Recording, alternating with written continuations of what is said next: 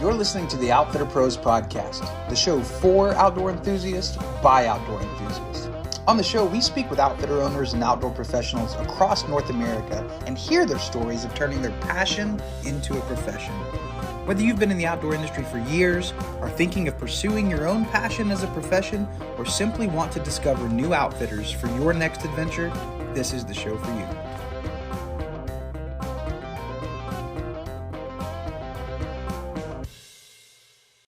Today on the Outfitter Pros podcast, I'm excited to share my conversation with Dalton Romanowski. Dalton is a fly fishing guide from Central Oregon. He's currently working with Deep Canyon Outfitters, and he's explored some of the wild rivers in Idaho and Wyoming with world-class anglers as a guide as well.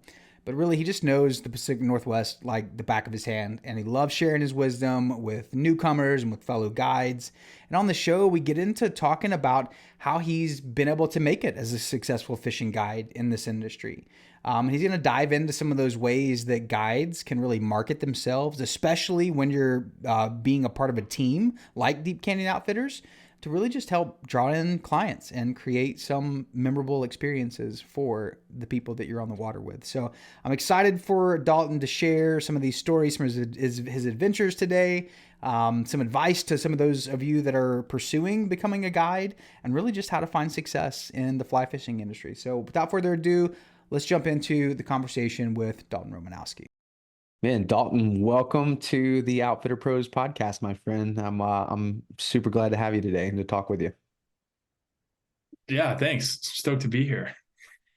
Yeah, man, and especially too, because like you and I connected a couple of weeks ago, and I was like, man, love to have you on the podcast. You're like, well, can we do it after I get back from New Zealand? And I'm like, oh man, because that's a super destinational thing that I want to go and check it out. So I'm sure we'll talk about it on the show at some point today, because I am really excited about hearing about this trout fishing trip in New Zealand, because my gosh, just the landscape, but the fish too, man, it looks pretty awesome.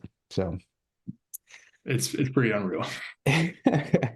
So man, I wanted to dive in and start kind of just hearing kind of your journey. So you're in Bend, Oregon. Have you always lived in Bend? Is that where you grew up, or where are you from originally? No, I grew up in San Francisco, Bay Area, actually. I went to college out in Maine, and that's kind of when the fishing bug kind of took hold. I grew up fishing with my grandfather, and then picked up fly fishing pretty much as soon as I moved out to Maine. And yeah, since then it's been a serious addiction. Now, when was that? When did you move to Maine and start fly fishing? Man, that was 2013 now. Wow. So yeah, been in Bend for about 8 years now. Wow. So yeah. Wow. Very cool. I've never been to the Pacific Northwest, or I've never been to the Northeast to fish really either. And it's pretty close. The Northeast is, at least to me, in Tennessee. But I've heard there's some phenomenal fly fishing up there. So there's all kinds of places that I want to go, but I live so close to a pretty phenomenal trout fishery that it's hard to leave. Mm-hmm. Yeah. So totally. So man, you grew up fishing with your grandfather, because this is the kind of where I like to start, right? Is like, where did this passion even begin, right? You grew up fishing with your grandfather, but I mean, is that something that, were you an outdoor kid? You were hunting, fishing, you were doing kind of all the outdoor stuff, or like, when did you start noticing that this is something that I like really want to pursue and I really love doing? Yeah, I was a city kid growing up. Growing up in San Francisco Bay Area. And I went to a camp when I was 16, kind of like Outward Bound. I was doing a lot of backpacking and primitive skills. And then I took a NOLS course. I don't know if you're familiar with NOLS. Oh, yeah. They're pretty awesome. And yeah, since then, I just kind of threw myself into the outdoors and outdoor activities. Fast forward a little bit, moved to Maine. There's a pretty awesome fly fishing culture out there. Really, really cool community out in southern Maine. and just some buddies I met in college were big fly fishermen, and they took me along, and then started becoming the case where I'd skip class and be out on the river fishing or out on the beach looking for stripers, and yeah, rest is history.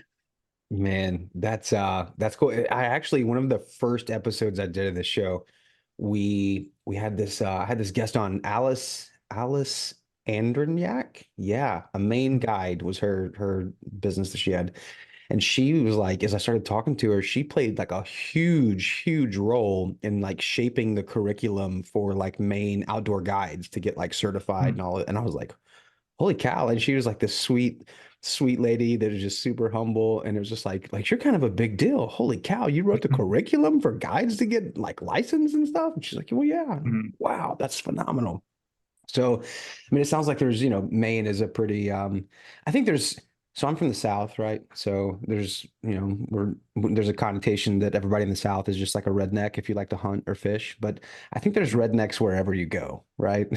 There's all kinds of breeds of rednecks. So, Totally. yeah. But so you mean you're in Maine. Did you do Knowles before you went to Maine or after? Yeah, like literally right Right before, before. Okay. like the summer right before I started my freshman year of college. Wow. And So, now what did you go to college for? elementary education. Okay. So, yeah, I'm actually a school teacher in the off season. So, Wow. Well, that's the perfect schedule to work for the guide season too, right? It's like you, I know, right? It's like I got a real career to kind of support my fun job. right? Right. And I don't think you're alone in that. I think there's a lot of other people, but especially where fishing is seasonal. Like here in the Mhm, South, we can fish year round, but the fishing, the clientele like really aren't fishing in December, January, February, just not there to provide a really sustainable income, I think. mhm, Um, but to be able to have that kind of your side gig or your main gig to mhm. support your side gig or your side gig to support your main Yeah, gig, however you want to phrase that. Man, that's really cool. So elementary school kids, like, mhm, man, you're a brave soul. I worked with kids. Actually, elementary is not so bad. Middle school is what I would prefer to skip. Like high school, mhm, elementary, that's a good spot. But man, middle school kids are so weird. And I say that because I have a sixth grader right now, and mhm, he's just awful. But so at your with your what you have going on with your guide job, so you work for an outfitter called Deep Canyon Outfitters mhm. out of Yep. Bend. Now, how did you get linked up with those guys?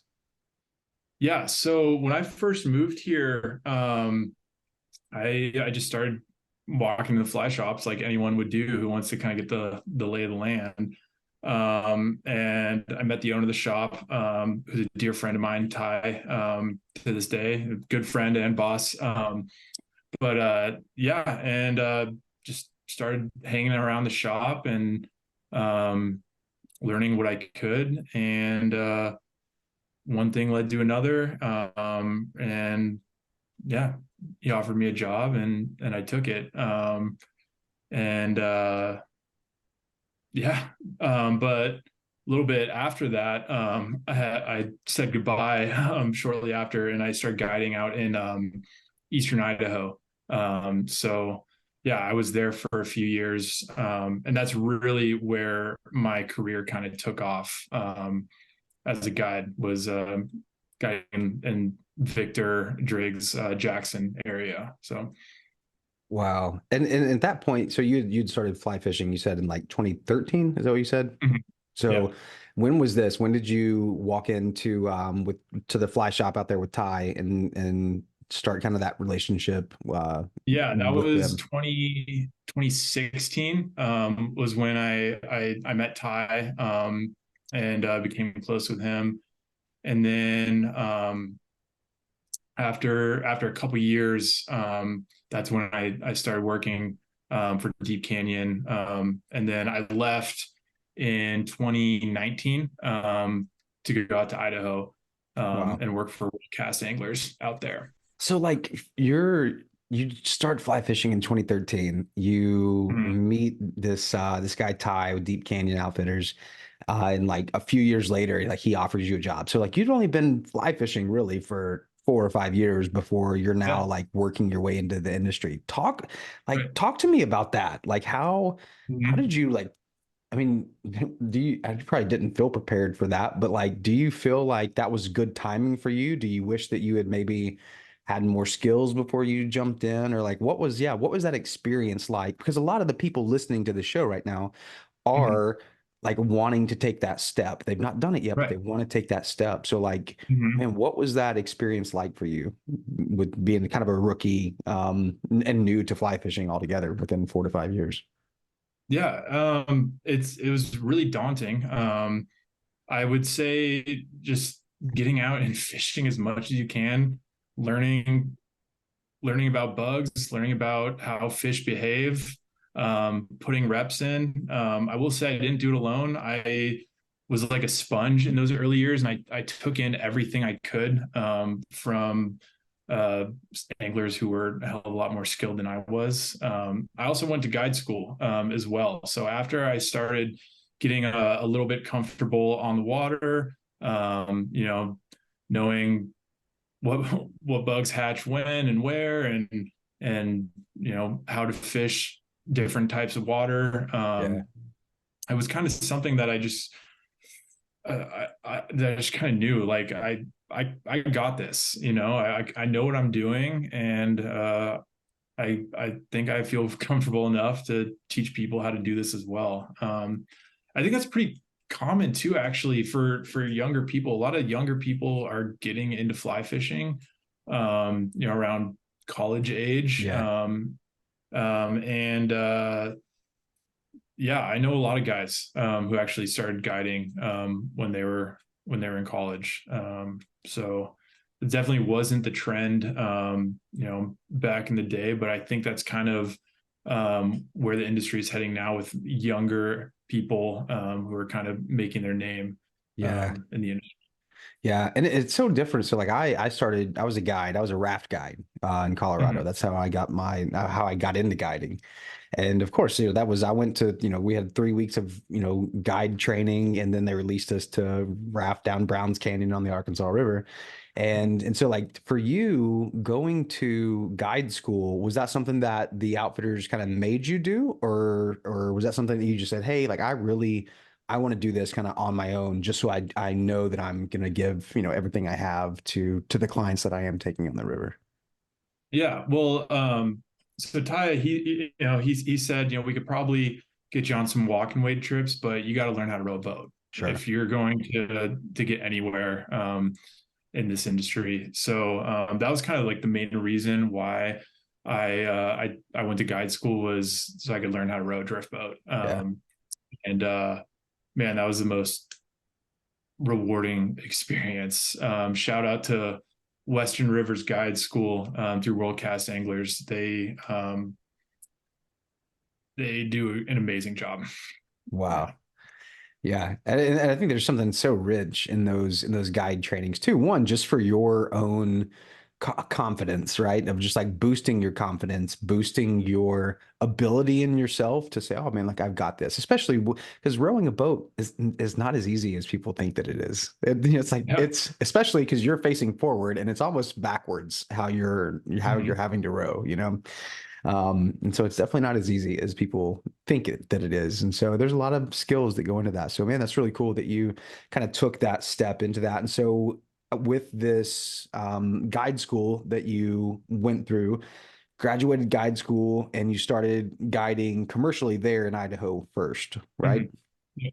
So, man, what are some of the challenges, because out west it's very different than it is here. So, like here, Mhm. you can get a $125 guide license in the state of Tennessee, and you can just start guiding, Mhm. right? But out Yeah. west, it's far different. The Forest Service, the Bureau, the BLM, like they have a lot of different restrictions that kind of inhibit just your standard, independent guide from just being his own Mhm. business, right? So you have to work Yeah. under a licensed outfitter Yeah. as a licensed guide to run trips Mhm. commercially. So like stepping into that, outside of your guide training, stepping into a commercially guided role and position, like what were some of the challenges that you kind of ran into in that first season trying to kind of build your book of business and really try to start, Yeah. getting trips and setting yourself apart from the other guys? Yeah, I would say the biggest challenge was just having that confidence in myself because when you're a first year guide and you think, hey, like I know what I'm doing, but you're also guiding alongside dudes that have been doing it Mhm. 40 plus years. Some heavy hitters in the industry that could be really intimidating. So um, what I liked to do was I would just pick the brains of these people, and eventually it would get to a place where I'd have guides who have been doing this for years that were like, hey, like what bug was working yesterday for you? Or I saw that fish that you posted on Instagram. Like, nice work. Like, just those little interactions really helped me early on. And eventually it'll get to a point where regardless of how long you've been doing this, you will feel, a part of your community. So yeah, just finding that confidence and being okay with being the runt of the litter for a little bit, taking some time to get knocked down, having those tough days on the water, those are all really valuable experiences. Like you're not, when you first start out, I wasn't expected to be the best guide. I wasn't expected to have those 50 plus fish days or to have clients calling me the next day wanting to book again. Like, Mhm. it's a learning experience. And I think outfitters who have been doing this for a long time understand that there is a learning curve for younger guys. Sure.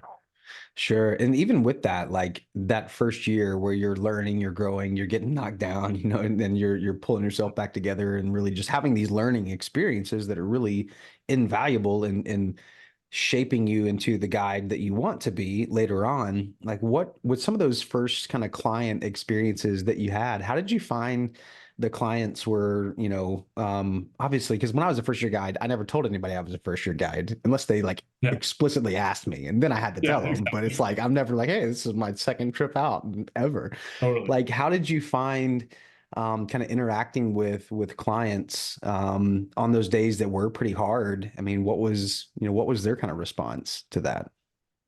Yeah. So I a guide who I worked with at Worldcast, his name is Hope Strong. I learned so much from this guy, but um, he anytime he would be passing me in his boat, like I would just hear him laughing and talking and just always like saying something with his clients. And then I'd talk to him and be like, man, it sounds like or it seems like you had an awesome day. He was like, oh yeah, we got skunked, but we had a blast. Yeah. So being it's not about the fishing, it's about the experience. So if you are able to control the controllables and create a space where your clients are still having a good time even if the fishing isn't great, you'll be fine. I've had days where the fishing is just so tough, so we're going to work on casting techniques, or Mm. we're going to work on reading water, or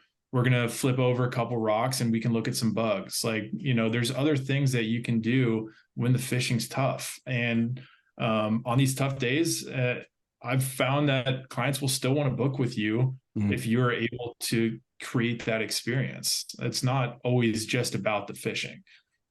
Yeah, no, I think that's really good insight because it's such an experiential and relational thing, right? To be a guide and to be a client, right? Because I think we realize from the consumer standpoint, hey, yeah, I booked this trip because I want to catch fish, but realistically, like I understand that if the fish just aren't biting, they're not biting. I don't care if you have the perfect, cast, perfect men, perfect drift. Like if they're just not biting, they're not biting. And so Yeah. to be able to facilitate more of an educational experience when that's not happening, I think is really, really crucial and really important because anglers, most of the ones I've met are all lifetime learners. Like they're never done, they always want to learn more. And I think that's a really cool characteristic trait of anglers is like their willingness to say, hey, I don't know everything and I'm willing to learn more. So to be able for you to be able to do that is pretty cool.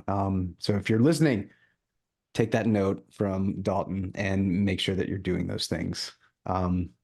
So talk to me a little bit about as a new guide, as a guide working under an outfitter, how do you kind of go about um, how do you kind of go about marketing yourself apart from all the other guides within the same outfitter? Like, what does that look like for you? Yeah. So if you're lucky enough to work for an outfitter that is getting bookings, that's first step, right? You're getting, I think my first season, I had like 100 plus days with people I had never fished for or fished with rather. And I know that's not always the case, depending on where you are, Sure. but building those relationships with clients is super, super important. So just because you have the most amazing day with some folks on the water does not mean that they're going to book with you again. You can't expect that to happen. I've learned that you really have to build relationships with people and talk to them out like in the off season. So I do newsletters. I do like emails. I'll shoot texts with some clients saying like, hey man, like how's it going? Like you've been fishing it all, things like that. So yeah, I would say building those relationships with your folks is really important. And yeah, if you are a personable guy and your guys are having a good time, then chances are they'll book with you if you put a little bit of extra effort into it in the off season. So. Sure. Sure. So, I mean, when I think about, businesses, outfitters that are responsible for kind of being the route that trip bookings come in for their Mhm. guides, they're putting money into marketing, they're doing ads, they're doing SEO, they're doing all of these things that are Mhm. trying to bring those trips in. But are there things that you could do maybe in addition to what they're doing to bring that in? How does that, I mean, how does that even work for you to like think about digitally marketing yourself to bring people in? Like what do you do for that? How do you manage that? Yeah, I mean, Instagram is great. If you're good at Instagram and social media, that totally helps. Also, when your outfitter is and they're posting photos or you're sending photos to whoever is running the social media, to be like, hey, like we got this awesome fish. Can you tag me in this when you post it? Like Yeah. that goes a long way too. And you can also make your own website. You can do, even if you're working for an outfitter, there's absolutely no reason why you couldn't, you know, make your own website, market yourself as a guide, and Yeah. just have to handle the bookings. So, Yeah. That's interesting. To think that a guide for an outfitter would have their own website versus just being, mhm. on the website of the outfitter, right? And having their Yeah. guide profile there.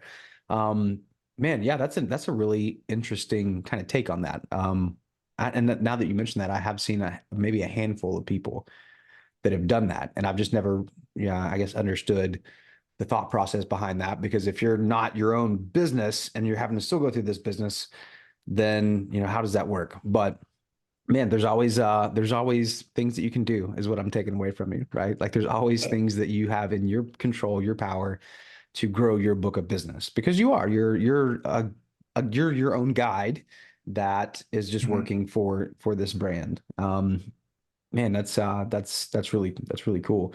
So as you think about your first couple of years guiding commercially and kind of having these clients, building those relationships, you're talking about really just like caring for those relationships and nurturing those relationships so that they book with you again.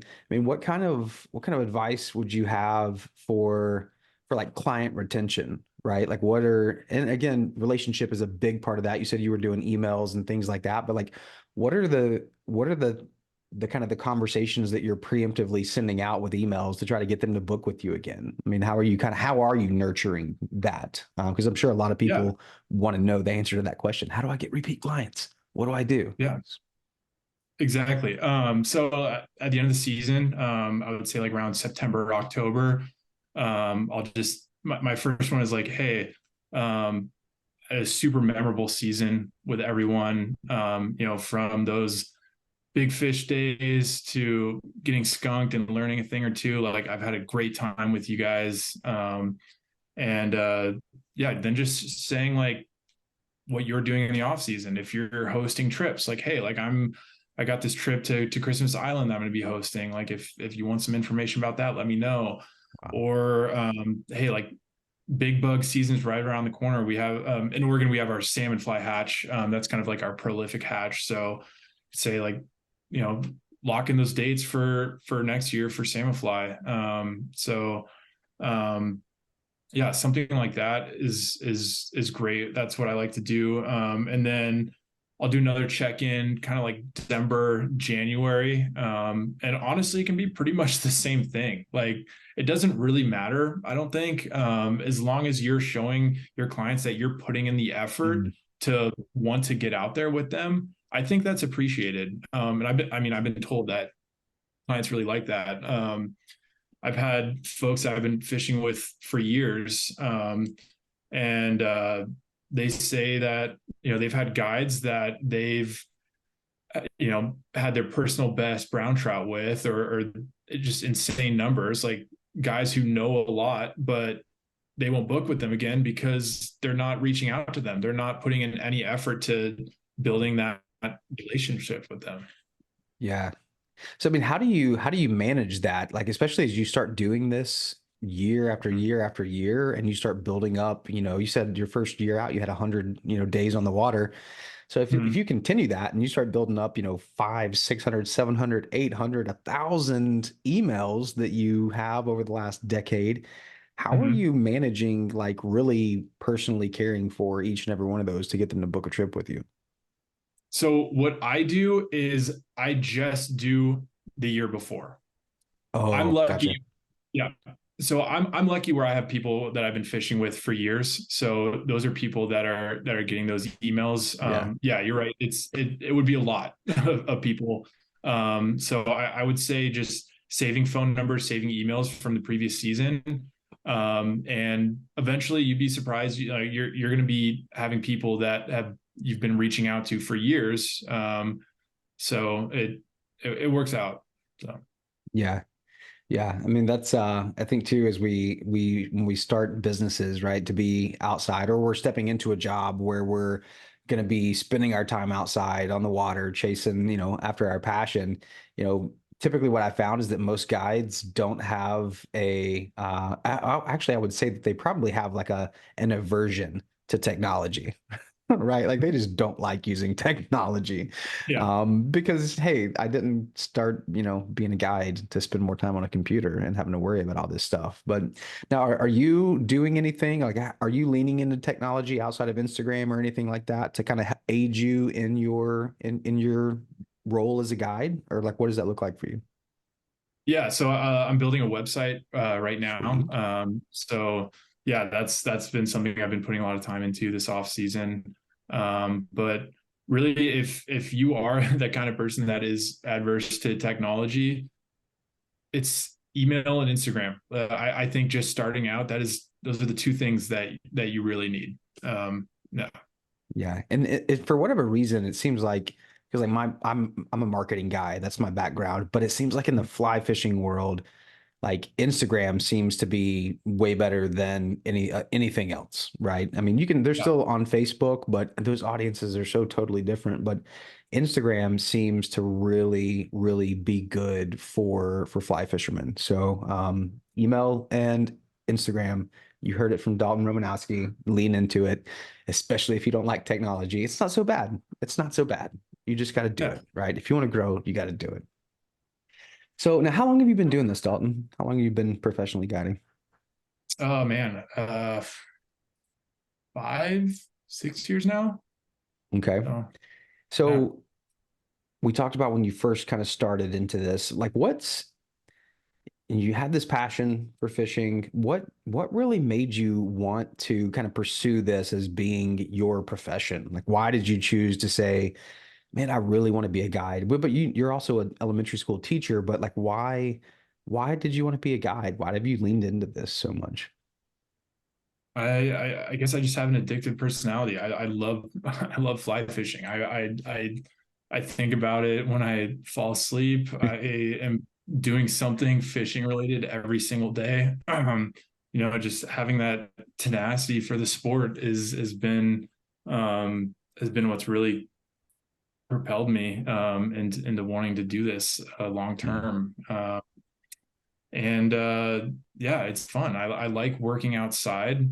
I like working with people. A lot of people, I get asked like, when you're guiding, like, is it frustrating or does it make you want to fish? Or do you wish that, you could be doing this on your own? And for me, guiding is just as fulfilling as fishing on my own because I'm telling someone exactly what to do, exactly how I would do it. I'm Right. using the flies that I would use. I'm, telling people to cast where I would cast. And of course, it doesn't always, go perfectly, but more or less, I'm kind of telling people to do what I would do. And when people catch a fish, it's like it's my fish. That's how I look at it. So yeah. Yeah, no, I love that, man. That's I think that's a big reason that, most all guides, outdoor guides start is like, man, we love being outside and we love people, right? We love talking to people, teaching people. We just love being in relationship with people, doing something that we love doing, right? That shared passion for the sport of fishing, in this case. So as you think about over the last, 5 to 6 years that you've been doing this professionally, do you have, and I'm sure that you have a lot of these, but if you had to pick just one, what would be one of the most memorable experiences that you've had, in this 5 to 6 years of guiding? Oh man. That's a tough one. I got to go back to my first guided trip. So this was a walk and wade trip on Bitch Creek in Idaho. And I was guiding an older man. He's in his 70s. His name's Earl. He's a dear friend of mine now. And his friend, Shelly. And there's it's really rough terrain. And I think I was holding his hand pretty much every time we were walking to a new fishing spot. I think he fell, Shelly was tripping over rocks, and I was inside. I was just like panicking, like, oh my gosh, like these guys, like they're gonna get hurt, or this is like a little too intense for them. And they were laughing, and we caught a ton of cutties that day. Um, and I've fished with them every single. So yeah, I would say the trip that I thought was a disaster that actually ended up being pretty awesome. That's my most memorable experience on the water. Man, yeah, those and in the moment it's hard to see like past, the fear of what could happen, right? But I Mm-hmm. love stories like that are like, man, you're so worried and anxious in the moment, but then it turns out to be like obviously one of the cool, it's worthy enough for you to share on a podcast of being one of the most memorable experiences that you've had. So those are the fun ones that I think that we get to do this with people, right? All the Mm-hmm. time. We get to create memories for people, whether it's hooking into a big brown, in some pocket water or whatever, like just these crazy cool experiences that we get to share with people. It's why I love this. And I don't get to guide like I want to. I'll just do some private raft trips and stuff, but man, I don't get to do it like I used to anymore. Maybe I should. Maybe I should start guiding. I don't Yeah, know. do it. I don't know. But that's the problem being like entrepreneurial like we are here is like if I just chased every dream and every desire that I wanted to do, man, I would, first of all, my wife would probably leave me. She would not want, she would not put up with that very long. Um, so as I mean, we just said you've been doing this for 5 to 6 years now. And as you look into the future, I mean, like, is this something you're going to do until the day that you die? Like, I mean, like, what is that? What does the future hold for Dalton Romanowski when it comes to being a professional fishing guide, and how can you really keep and maintain kind of longevity in this industry? Mm-hmm.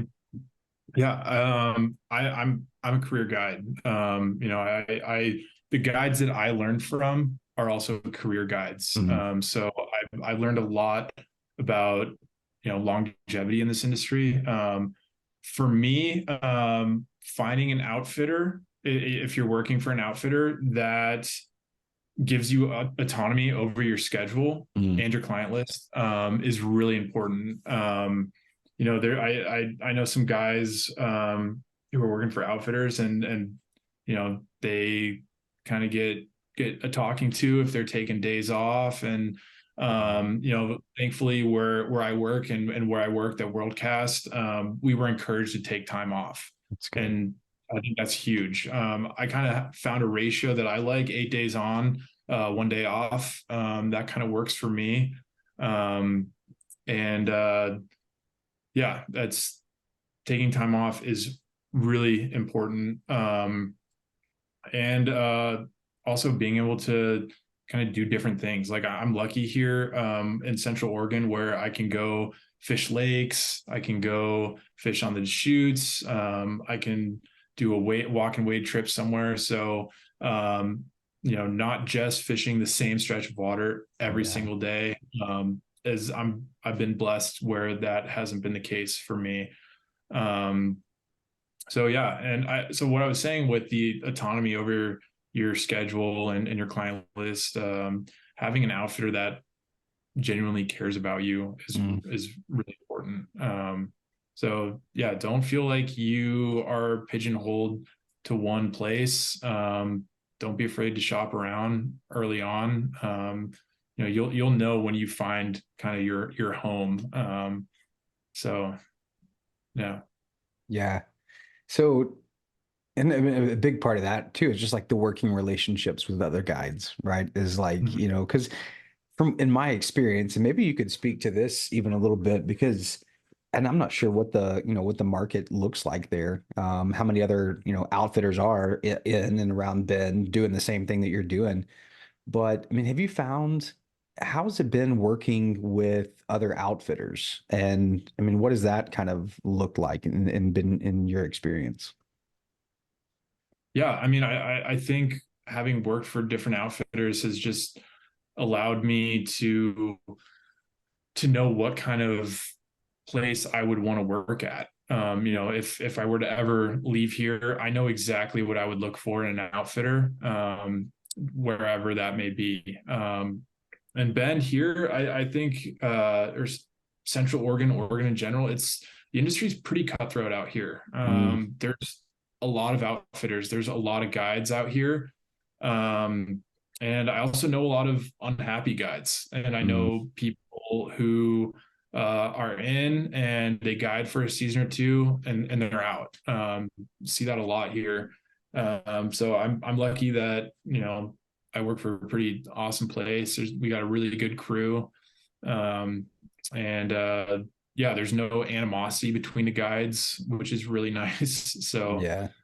um, I've found that there's some places where guides are kind of working against each other, or not kind of keeping spots secret, or certain flies secret, or things like that. And I mean, that's just crap to me. I mean, Yeah. if it's not, you don't want to work with people who are gonna try to compete with you in that way. So Right. And that was you said it. I wanted to try to be more eloquent when I said it, but you was like, man, this is kind of cutthroat out here. Like, because I've seen that in even here in this market. Like, there's several guides that are willing to work together, and they because here, if you're an independent guide, you're your own outfitter. Like there's some that work for lodges and outfitters, but Right. everyone here, for the most part, seems to, man, they seem to have some really good, etiquette, good river etiquette, and work together and share, what's working, what's not working. And I think I liken it to, when you look at a market, right, and the different service providers in a market. Let's just take the restaurant industry, and I talk about this all the time. But you've got McDonald's, you got Burger King, you've got Hardee's, which I think out west might be Carl's Jr.'s, or whatever. I mean, you got all these different chains, but because you can still serve people that love hamburgers, but some people are going to Mhm. like Hardee's more than they like McDonald's or more than they like Burger King. And so like I think there's enough room for everybody. And so it doesn't make sense, I think, to be cutthroat like that because in my experience, when a community can like work together, a community can grow together, right? And so that's Mhm. what ultimately all of us want is for our communities to grow, to thrive, and to share what we love with people, that are coming into this maybe for the first time or the 100th time, to just Mhm. share a small piece of our passion with people. So yeah, it's interesting. I think, and I guess every industry has that, right? There's always going to be animosity in some circles. But man, if we can just work together, it'll be a better place. Yeah, exactly. So as we think about people that are listening to this right now, again, I think there's people that are like you that have been guiding for years. They've been running a business, an outfitter business for years, and they're listening to your story right now, and they're like, "Man, I remember that," or "Man, I learned something today that was new. That's cool that they can take and apply." There's people that are listening right now that, man, they're just looking for now somebody in Bend that they can go fly fishing with, right? And they're like, man, I'm gonna go with Dalton. He seems like a cool dude. Um, but the third person, and this is who I'm most passionate about, it's the person who has this passion, be it for fly fishing, rafting, hiking, mountaineering, whatever it is. And they want to turn this into their profession, but maybe it's fear that's holding them back. Maybe it's lack of resources, whatever it is. What would you say to that person to encourage them to take that leap of faith and kind of run with this passion and try to turn it into a profession? Yeah. Well, one thing that we hear a lot in the industry or business in general is like what sets you apart Mhm. from other guides or other outfitters. Like how are you different? And honestly, I as important as that is, you may not know what makes you stand out yet. You Mm. may not know how you are different or if you're quote unquote better than the rest. But I don't really think that matters because what makes you different is that you are a different person than whoever is also doing this alongside you. So being able to build those relationships, and even if you are not so different, if you provide the same exact service that one other outfitter does, having confidence in your skills to build relationships with people, I think, is what is going to set you apart. Yeah, simple as that. Yeah, that's really good. And because there's so much that a lack of confidence can do to someone's, to their kind of their outlook, right, on life or their career or whatever that is. And I talked about this with Brett Blumendahl a couple weeks ago. That imposter syndrome feeling, Oh yeah. right? Especially as you're first starting out, or it's like, man, I feel like such an imposter. I'm out here trying to be a fly fishing guide, and I don't know anything. It's my first year. Man, did you experience that? Did you kind of experience that your first year of just like, Oh yeah. and how did you get through that? How did you kind of walk through telling yourself that no, you're not an imposter, man. Like you're doing what you're supposed to be doing. Yeah. I would say taking, I mean, I hate that it's as simple as just finding the positive things in your day-to-day life. There's always going to be positive and negatives, and If you have a bad day, and if you didn't catch a lot of fish, or you had a difficult client, but there was this one moment during the day where they had one eat that was just, this fish just blew up, and we missed the hook set, but that client was still super stoked that that happened. They got to see that fish. Finding those little moments, those little positive moments, that goes a long way. And there's sorry, I'm stumbling on my words. Also, like, when I would have my boss be like, first year, like, hey, like, your guys came back and they said they had a blast with you. Like, that means a lot to a new guy. Like, just getting that validation, and you're not always gonna get that validation. Sure. But yeah, finding the positives in a sea of negatives really helps. And I kind of had to go through that imposter syndrome twice. Like, starting out at WorldCast and then coming back to Bend full time, where I'm this somewhat established guide out there working for one of the best outfitters in the country, and like, out here, like, no one really cared. So I kind of had to build that up again, even though I've been guiding for years before I started guiding out here full time. So Yeah. You said that you hated that it's as simple as just like finding the positive in things. And man, I've experienced this even recently in the last couple of weeks of just kind of when you're not finding those positive things, the negative can be super overwhelming and debilitating to the point of just like anxiety and depression and all of this crazy stuff. But being able to, and I think for me, it just comes down to, man, how do I practice gratitude? So like finding those positive things, but like being thankful, truly just like having gratitude for that. Like, man, yeah, that was really cool. Like, I'm thankful that we missed the hook set, but we got to see that fish. Like, I'm thankful that I got to spend time with these people. And as you can like practice gratitude, all of a sudden it just becomes, kind of a second nature to you to just be more thankful and grateful. And all of a sudden those heavy things don't weigh you down nearly as much. So, man, that's and I think there's something too that you said earlier that was like, man, take days off, like rest. Like, you don't need to work all the time. That's actually something that this society that we live in today that tells us, they're all about like hustle culture. Like, I don't think hustle culture is actually that good of a thing. You should hustle when you need to, but you need to rest.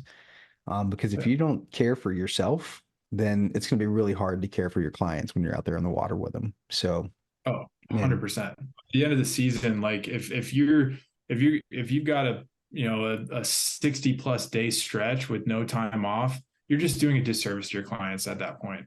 yeah. And they notice it 100%. Yeah. Yeah. And so for you, man, you just got to kind of have a little season, a little period of rest here in the last couple of weeks too. You just got back from New Zealand, man. Tell us about this New Zealand trip. Like, did you go out there with like, was it a personal trip? Was it a guided trip that you were doing some guiding on too? Like, how did you make it to New Zealand? Yeah. So my partner and I went, we did 3 days of guided fishing. And then of course we did some sightseeing and DIY after that. But honestly, I've fished in Iceland, I've fished in Mexico, Belize. I would say this was the best fishing experience I've had. Wow. Yeah, I mean, the freshwater stuff, that kind of interests me a little bit more than pursuing the salt stuff. Sure.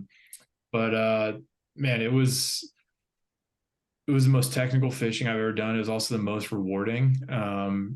Yeah, like stalking fish. It felt like saltwater fly fishing. Like we were like, it was all sight fishing, stalking fish, making perfect presentations, and spooking a lot of fish too. But South Island, New Zealand, is so unbelievable. There's so many awesome fish there. Man. And that's yeah. So for those of you that are listening or watching this on YouTube, go check out his Instagram. We'll give you that handle here in a minute, but go check out the pictures from New Zealand on his Instagram because it'll make you want to book a trip there. Did you guys like book through did you know somebody over there that was a guide or something like that? How'd you know who to go with Yeah. over there? So I for years I've been watching Mike Fisher's YouTube videos with Southern Latitude Guides. He does these awesome movies about fishing in New Zealand. There's a ton of them on his YouTube channel. So that's kind of how I discovered, Mike and Hans and the guys at Southern Latitude. So yeah, just through YouTube, and then I booked a trip through them. Hans Kruer was my guide. He is unbelievable. Like I am really impressed with this guy. I learned a lot, just Wow. watching he guides. So yeah. Man, that's cool. I was on the phone with Devin Olson a couple weeks ago, and he was going out there at the same time. So, and the fly fishing community is such a small community too. So, Mhm. but New Zealand's like there's probably a big place, and you're probably not gonna run into each other on that trip. But I was like, they're going at like the same time. I wonder if they know each other. But did you go with Devin Olson? No. No, I don't. Okay, No. well, then that answers my question. But man, such a cool thing. So, man, for people that want to connect with you, want to learn more about what you got going on, man, can you give us your website yet? Or is that something that you want to save? Not yet. Okay, Still, okay. yeah, still working it out. But yeah, feel free to check me out on Instagram. Romo Fly Fishing is my handle. So yeah, I'm frequently updating it with what I've got going on and what's going on in the future in terms of guide trips. So yeah. All right, man. So we'll put that in the show notes. And once you do get your website live, man, let me know and I'll update this podcast episode with your website. So if you're seeing this and there's not a website on there yet, his website's not finished, but just keep checking back on this episode and you'll see it when it's live. But you can check them out too on Deep Canyon Outfitters. You can go to their website, I guess, and they can find you somewhere on there, possibly. Yep. Mhm. Now, can you request a book directly with you through their website too? Oh yeah, yeah, Sweet, 100%. sweet. Or just shoot me a DM, or you can email me too at romoflyfishing@gmail.com. So yeah, let's make it happen. Yeah, very cool, man. Well, yeah, all those ways to connect with Dalton will be in the show notes today. Dalton, man, thank you so much for your time today, man. I think you gave us a wealth of knowledge, and just super excited to kind of just see and follow you as your career continues to grow. And man, maybe I'll make it out to Bend. I lived in Colorado, and I've never been west of Colorado. So maybe one of these days I'll come fish with you Oh yeah, out in come Bend. through. Man, hey, I appreciate it, and yeah, looking forward to following you along on your journey, my friend. Yeah, thanks, Paul. Appreciate it. Yeah. If you enjoyed today's episode of the Outfitter Pros podcast, do us a favor, subscribe on whatever platform you're listening, Spotify, Apple Podcasts, Google, wherever you get your podcast, subscribe. And the second thing you can do is leave us a review. This really helps us to get more traction, get more exposure on the platform that you're listening to, so we can continue to share the stories of outdoor entrepreneurs across North America and inspire the next generation to pursue their passion for their profession.